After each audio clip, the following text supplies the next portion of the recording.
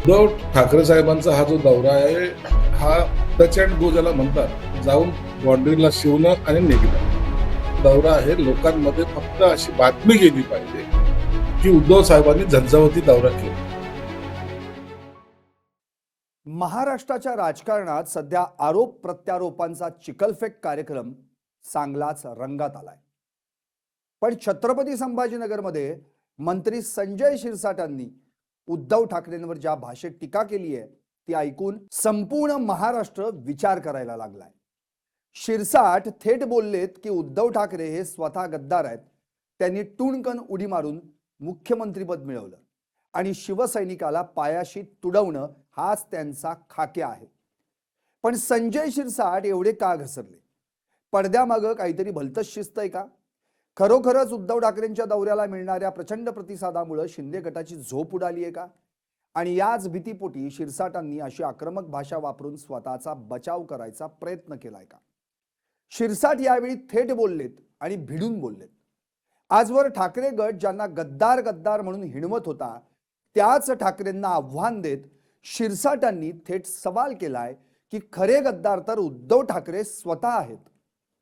शिवसैनिकाला पायाशी तुडवायचं आणि स्वतः खुर्चीवर बसायचं हाच ठाकरेंचा खाक्या असल्याचा गंभीर आरोप शिरसाटांनी केलाय.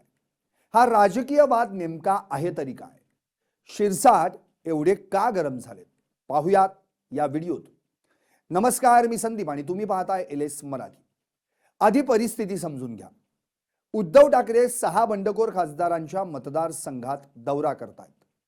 अनेक कार्यकर्ते उद्धव ठाकरे यांच्या पाठीशी आहेत आणि त्याच वेळी गद्दारांना धडा शिकवायचा, आपल्याला गद्दार सोडून गेले अशा आक्रमक भाषेत स्वतः उद्धव ठाकरे फुटीर मतदारसंघात जाऊन त्यांच्याच बालेकिल्ल्यात त्यांना आव्हान देत आहेत आणि त्यांना प्रचंड प्रतिसाद देखील मिळतोय. मात्र याच गोष्टीवर संजय शिरसाट यांनी प्रचंड आक्रमक होत म्हटलंय की हा तर हवा पाणी बदलण्याचा दौरा आहे, हा फक्त टोमणे मारण्याचा दौरा आहे. उद्धव ठाकरे साहेबांचा हा जो दौरा आहे हा टच अँड गो ज्याला म्हणतात, जाऊन बाँड्रीला शिवणं आणि निघणं एवढा तो दौरा आहे. लोकांमध्ये फक्त अशी बातमी गेली पाहिजे की उद्धव साहेबांनी झंझावती दौरा केला.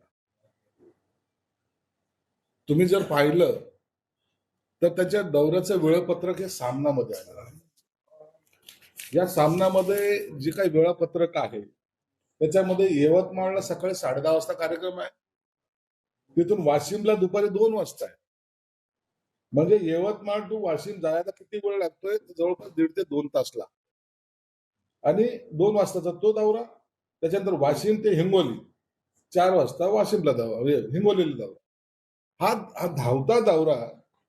यामध्ये किती कार्यकर्त्याला भेटणार आहे, काय बोलणार आहेत, किती लोक जमणार आहेत, या सगळ्या ज्या गोष्टी आहेत फक्त यासाठी केला की 6 खासदार त्यांना सोडून गेले आणि त्यांच्यानंतर मी त्या मतदारसंघामध्ये जाऊन आलो, एवढंच काहीतरी त्यांचा तो एवढा हेतू त्यांचा होता. बरं, आता उद्धव ठाकरे दौऱ्याला निघाले आणि विमानात योगायोगाने म्हणा की ठरवून देवेंद्र फडणवीसही सोबत होते. सोबत दौरा झाला आणि त्यानंतर उद्धव ठाकरे म्हणतात गोपनीय बैठक झाली, महत्वाची बैठक झाली, लवकरच निर्णय कळेल. दोघंही एका विमानात होते. खऱ्या अर्थानं मोदी साहेबांनी जे इंधन वाचवा असं जे म्हणलं त्याला प्रतिसाद म्हणून आयुष्यात पहिल्यांदा ते इंडिगोच्या विमानाने गेले, म्हणून ती बातमी होऊ शकते. आता त्या विमानामध्ये काय बोलले, खरं तर असा काही संवाद झाला असावा असं मला वाटत नाही, परंतु संवाद झाला पाहिजे. राजकीय जरी आपण आपले मार्ग वेगळे असले तरी हितसंबंध हे माणसात जपले पाहिजे. माझ्यासारखाचे अनेक उभाटातले अनेक नेते आहेत, त्यांच्याशी माझे आता आजही जवळचे संबंध आहेत. म्हणून संबंध ठेवणं याला राजकारणामध्ये महत्व सुद्धा असतं. म्हणून त्यांची काही अशी बोलणी झाली असावी असं मला काही वाटत. मतदारसंघात फिरताना जनतेचा रोष समोर दिसू लागल्यानं आणि ठाकरेंचा ग्राफ पुन्हा वाढताना बघून शिंदे गटाच्या पायाखालची वाळू सरकली आहे का असा प्रश्न आता निर्माण झालाय. ही गर्दी निव्वळ पब्लिसिटीसाठी नाही तर ती सत्ताधाऱ्यांविरुद्धच्या असंतोषाची ठिणगी आहे आणि याच ठिणगीची भीती वाटल्यानं शिरसाटांनी ठाकरेंवर थेट वैयक्तिक हल्ला चढवलाय अशी चर्चा आहे. अनेक महिन्यांपासून संपूर्ण महाराष्ट्र एकच शब्द ऐकतोय, तो म्हणजे गद्दार, आणि त्या जोडीलाच खोके हा शब्द शिंदे गटाच्या नेत्यांच्या जिव्हारी लागलाय. ते कितीही विकास कामांचे दाखले देत असले तरी लोकांमध्ये गेल्यावर त्यांना याच शब्दाचा सामना करावा लागतोय. शिरसाट म्हणतायत की निवडणूक लढवली युती म्हणून, मतं मागितली युती म्हणून, आणि निकाल लागताच स्वतः टुणकन उडी मारली आणि थेट मुख्यमंत्री पदाच्या खुर्चीवर जाऊन बसलात. काँग्रेसच्या पायावर संपूर्ण शिवसेना नेऊन कुणी ठेवली तर ती स्वतः उद्धव ठाकरेंनी. म्हणून उद्धव ठाकरे स्वतः गद्दार आहेत. शिरसाटांनी दुसरा अत्यंत गंभीर आरोप केलाय, तो म्हणजे शिवसैनिकाला पायाशी तुडवण्याचा खाक्या. शिवसेना हा पक्ष इतर पक्षांसारखा कॉर्पोरेट पक्ष नाही, हा नेत्यांचा पक्ष नाही किंवा सोन्याचा चमचा तोंडात घेऊन जन्मलेल्यांचा पक्ष नाही.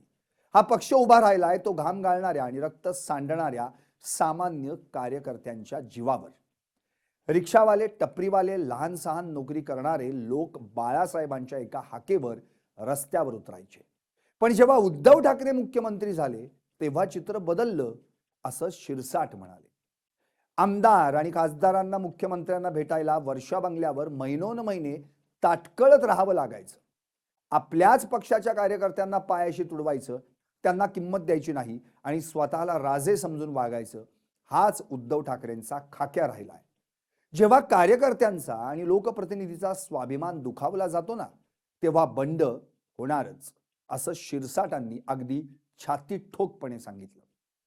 संजय शिरसाटांनी या दौऱ्याची पार हवाच काढून टाकली. शिरसाट म्हणतात की हा दौरा केवळ हवा पाणी बदलण्यासाठी आणि पब्लिसिटी स्टंट करण्यासाठी आयोजित केला गेलाय, ज्याला त्यांनी टच अँड गो दौरा असं म्हटलंय. म्हणजे या गाडीतून हात दाखवा, 4 टोमणे मारा आणि निघून जा.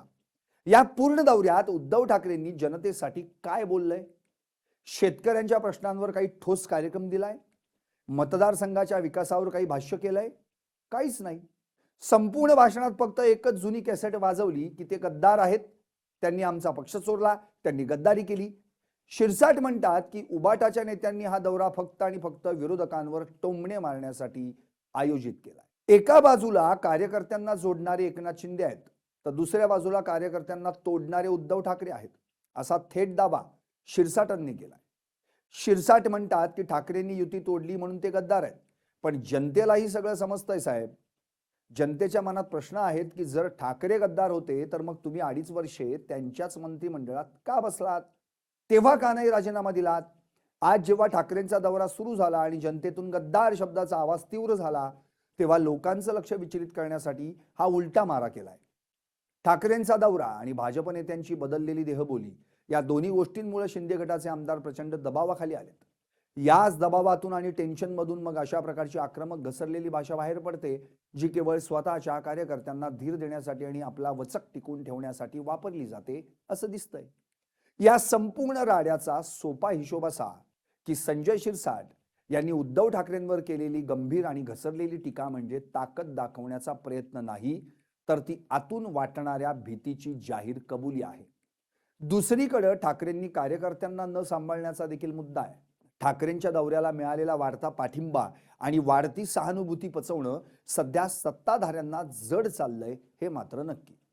पक्ष आणि चिन्ह गेल्यानंतरही उद्धव ठाकरे ज्या ताकदीनं मैदानात उतरलेत, बंडखोरांचे राजकीय गणित त्यांनी पार कोलमडून टाकलंय. आता जनताच ठरवणार की खरी गद्दारी कुणी केली, खुर्चीसाठी उडी मारणाऱ्यांनी की स्वाभिमानासाठी लढणाऱ्यांनी.